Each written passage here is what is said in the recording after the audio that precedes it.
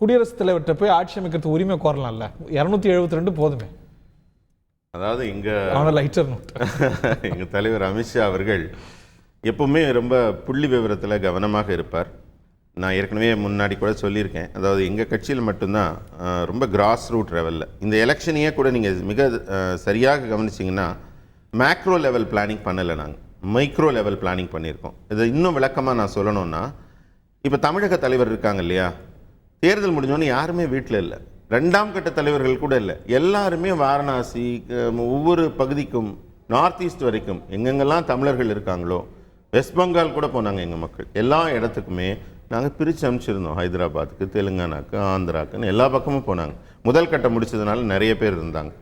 அதாவது ஒவ்வொரு தொகுதியையும் கவனித்து, இப்போ எங்கள் முன்னாள் தலைவர் அவங்க தமிழிசை அக்கா போனால் எந்த இடத்துல ஜெயிக்க முடியும், முன்னாள் அமைச்சர் அவங்க முன்னாள் தலைவர் முருகன் அண்ணா போனால் எங்கே ஜெயிக்க முடியும், அது மாதிரி தலைவர் அண்ணாமலை அவர்கள் பறந்து எல்லா மாநிலத்தையும் போனார். அதாவது எதுக்காகன்னா ரொம்ப லேசாக எடுத்துக்கல இந்த தேர்தல், ரொம்ப ஆழ்நிலை நுணுக்கமாக போய் மைக்ரோ லெவல்னு அதுதான் சொன்னேன் போய். அதாவது மொத்த இந்தியாலையும் நாங்கள் போட்டி போடுறோன்னு பார்க்கல, ஒவ்வொரு தொகுதியும் தனித்தனியாக கவனித்து ஒவ்வொரு இடத்துலையும் பூத்துலலாம் நாங்கள் ரொம்ப ஸ்ட்ராங்காக இருக்கோம். நார்த்துலலாம் இந்த 400ங்கிறது ஒரு மைண்ட் கேமா இல்லை நிஜமாலே நம்புறீங்களா 400 வருவோம்?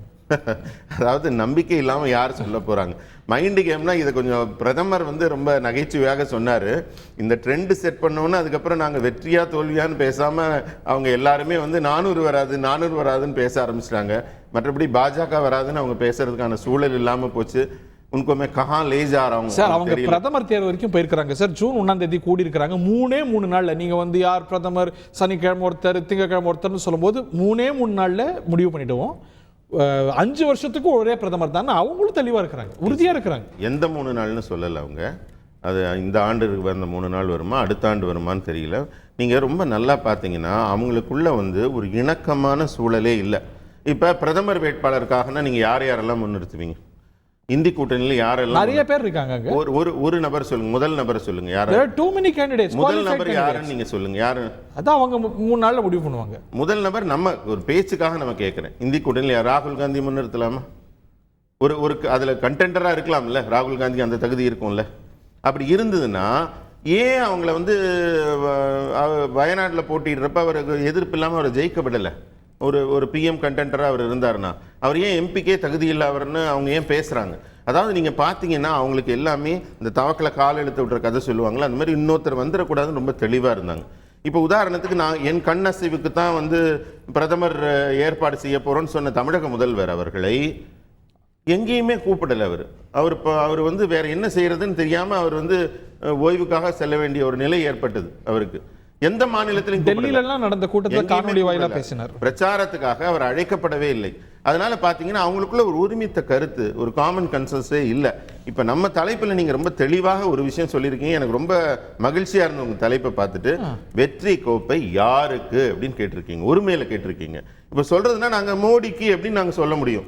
இந்தி கூட்டணியில ஒருமையில நீங்க யாருக்குன்னு அங்க ஆளே இல்லை, அங்க ஒருமையில ஆளே இல்லை, இவருக்குன்னு நம்ம சொல்லவே முடியாது. அதனால நீ உங்களுடைய கேள்வியே ரொம்ப தெளிவா இருக்கு.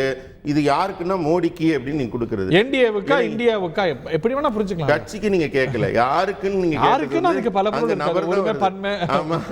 இந்தியாவின் ஒருமைக்காக பாடுபடுற பெருமை மிகு மோடி அவர்களை மட்டும்தான் நீங்க முன்னிறுத்தி இருக்கீங்க. ரொம்ப தெளிவாக தெரியுது. இன்னும் சொல்ல போனா கபில் சிபல் அவர்கள் இப்ப எந்த கட்சியில் அவர் எம்பியா இருந்தாலும் அவர் காங்கிரஸ்காரர் தான் பார்க்கப்படுவார். அவர் ஏற்கனவே பேச ஆரம்பிச்சிட்டார், இவிஎம் பத்தி பேச ஆரம்பிச்சிட்டார். தோல்விக்கு காரணங்களை தேட தொடங்கி விட்டார்கள். அதனால அவங்க வெற்றியை பத்தி சிந்திக்கவே இல்லை. திமுக பொதுவாக தேர்தல் முடிஞ்ச உடனே யோசிக்கிறேன், நீ இந்த துறையை எடுத்துக்கோப்பா, நீ இந்த துறையை கவனிச்சுக்கோப்பான்னு பொதுவாக எல்லாரும் வேடிக்கையா பேசுறது. அந்த வேடிக்கை தான் நடந்து கொண்டு அவங்க.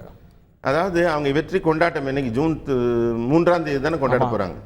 3ஆம் தேதி தான். ஏன்னா அவங்களுக்கு தெரியும் இப்ப மிக உறுதியாக இருந்தால் முதல்வர் என்ன சொல்லியிருப்பார், 5ஆம் தேதின்னு இருப்பார். அன்னைக்கு 4ஆம் தேதி மாலை தலைவர் பிறந்த நாள் ஜூன் 3 தான் கொண்டாடுறாங்க. அது ஏன் கொண்டாடுறாங்க? அதே வெரி கான்ஃபிடென்ட். ஏன்னா 5ஆம் தேதி கொண்டாட முடியாது, அவங்களால தெரியும். அவங்களுக்கு 4ஆம் தேதி கொண்டாட முடியாதுன்னு தெரியும். ஏன்னா முடிவுகள் வந்துடும், இறுதியான உறுதியான முடிவுகள் வந்துடும்.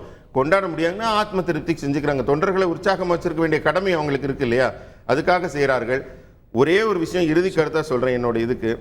பிரதமர் மோடி கண்டிப்பாக வர வேண்டும் என்று அனைத்து சமுதாய மக்களும், அனைத்து மாநில மக்களும் உறுதியாக முடிவு செய்து எல்லாரும் ஒற்றுமையாக வாக்களித்திருக்கிறார்கள். இதில் எந்த மாற்று கருத்தும் இல்லை. 400 நாங்கள் தொடப்போவது உறுதி. ஓகே, நீங்க 40ல் கான்ஃபிடென்ட்டா இருக்கலாம் திரு கோவை செல்வராஜ். நீங்க அகில இந்திய அளவில் கான்ஃபிடன்ஸ் அப்படி வெளிப்படுத்த முடியுமா? தமிழ்நாட்டில் வைக்கக்கூடிய நம்பிக்கையை அகில இந்திய அளவில் இந்தியா கூட்டணி மேல வைக்க முடியுமா?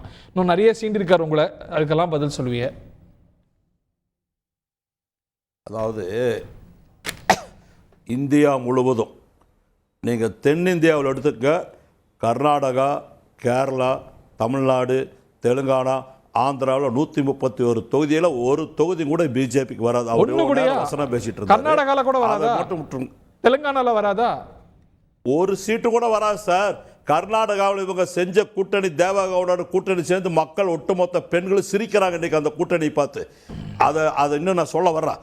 அதாவது பஞ்சாபில் 13 தொகுதி, டெல்லியில் 7 தொகுதி, ராஜஸ்தானில் 20 தொகுதி, மத்திய பிரதேசத்தில் 29 தொகுதி, மேற்கு வங்காளத்தில் 42 தொகுதி, பீகாரில் 40 தொகுதி, மகாராஷ்டிராவில் 40 தொகுதி, ஒரிசாவில் 21 தொகுதி, இதெல்லாம் சேர்ந்து 178 தொகுதி இந்தியா கூட்டணி வெற்ற போகிறது.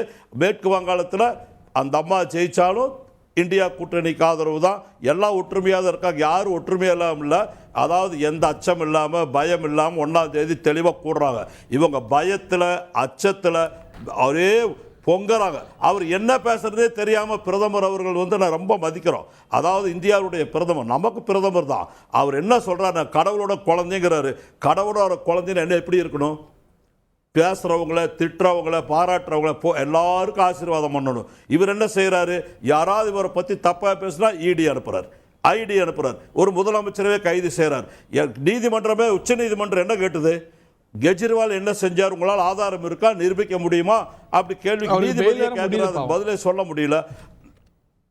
இல்லை, நான் என்ன சொல்ல வரேன்னா, பிரதமர் கடவுள் ஆயிட்டாரு.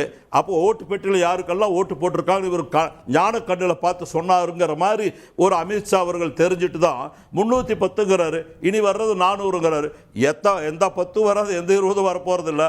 அதனால் வருகிற 4ஆம் தேதி, ஜூன் 4ஆம் தேதி நான் கேட்குறேன், அவர் 2 பேருக்குமே கேட்குறேன். நான் அண்ணா வலதுசாரில் ஸ்ரீராம் பேசுகிற என்னுடைய குடும்ப நண்பர் தான். அவர் RSSங்கிற அமைப்பு இந்தியா முழுவதும் இன்னைக்கு பிஜேபி கட்டுப்படுத்தி அவங்க கண்ட்ரோல் தான் செயல்படுத்துது. தமிழ்நாட்டில் ஒரு நிர்வாகி இருக்கார், அவரை மீறி யாரும் ஒன்றும் பண்ண முடியாது இந்த ஊரில். அந்த மாதிரி இந்தியா பூரா வச்சிருக்காங்க. அந்த RSS இவர் கடவுளின் குழந்தைன்னு சொன்னதை ஏற்றுக்கிறாங்களா? பூரி ஜெகநாதர் கோயிலில் ஒரு MP சொன்னார் இல்லையா, பூரி ஜெகநாதரே பிரதமருடைய பக்தர்னு சொல்றாரு. அதை ஏத்துக்கிறாங்களா? அதுக்கப்புறம் அவர் மனசாட்சி சொல்ல சொல்லுங்க, அதை ஏத்துக்கிறாங்கன்னா எல்லா இந்துக்களும் ஏத்துக்குவாங்க. ஸ்லிப் ஆஃப் தி டங் அவர் மன்னிப்பு கேட்டாரு சம்பித், சொல்லுங்க. அவர் மன்னிப்பு கேட்கிறார் சார். அந்த வார்த்தை பேசுறது ஒரு MP தப்பு சார். அது ஒரு பிரதமர் கண்டிச்சாரா சார்? எந்த அடிப்படையில் நீ என்னை பத்தி இப்படி சொன்னேன்னு கண்டிச்சாரா? கட்சி விட்டு நீக்கி இருக்க வேண்டாமா? ஒரு கடவுளை பக்தன்னு சொல்றதுல கண்டிக்க வேண்டாமா? சொல்லுங்க பாப்போம். எந்த அடிப்படையில் சார் நியாயம்? என்ன வேணா பேசுவாரா சார்? நேற்று சொல்றாரு எல்லா இஸ்லாமிய மக்களுக்கு எல்லா சலுகைகளும் எடுத்து கொடுத்துருவாங்க கையிலங்கிறாரு. நான் கேட்குற 10 வருஷம் ஆட்சி நடத்துறீங்க, நல்லா திடகாத்திரமாக ஆட்சி நடத்துன்னு நினைக்கிறீங்களா? ஏன் பயந்துக்கிறீங்க? தைரியமாக மக்கள் நம்பி இருக்கீங்களே, ஓட்டு போடுவாங்க நினைக்கல. நீங்கள் ஒன்றும் வேண்டாம். தேர்தலுக்கு 1 வருஷத்துக்கு முன்னாடி பிஜேபியில் வேட்பாளராக போட்டியிடக்கூடியவங்களில் 115 பேர் வேற காங்கிரஸ் கட்சி, திரிணாமுலிருந்து எல்லா கட்சியிலிருந்து வந்தவங்களுக்கு தான் வாய்ப்பு கொடுத்துருக்காங்க. அதை அண்ணன் ஸ்ரீகாந்த் கருணேசுக்கு தெரியுமான்னு கேளுங்க. அவர் செம்ப பேசினார் இல்லையா, யாரெல்லாம் எத்தனை பேர்? 115 பேர். ஏன் உங்கள் கட்சியில் ஆள் இல்லையா?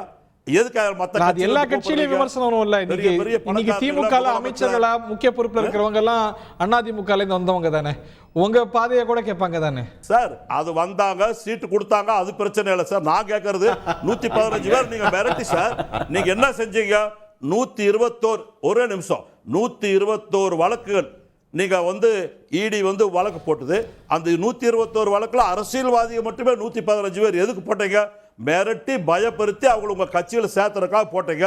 எத்தனை முன்னாள் முதலமைச்சர், எத்தனை MP நான் பேர் படிக்கட்டுமா?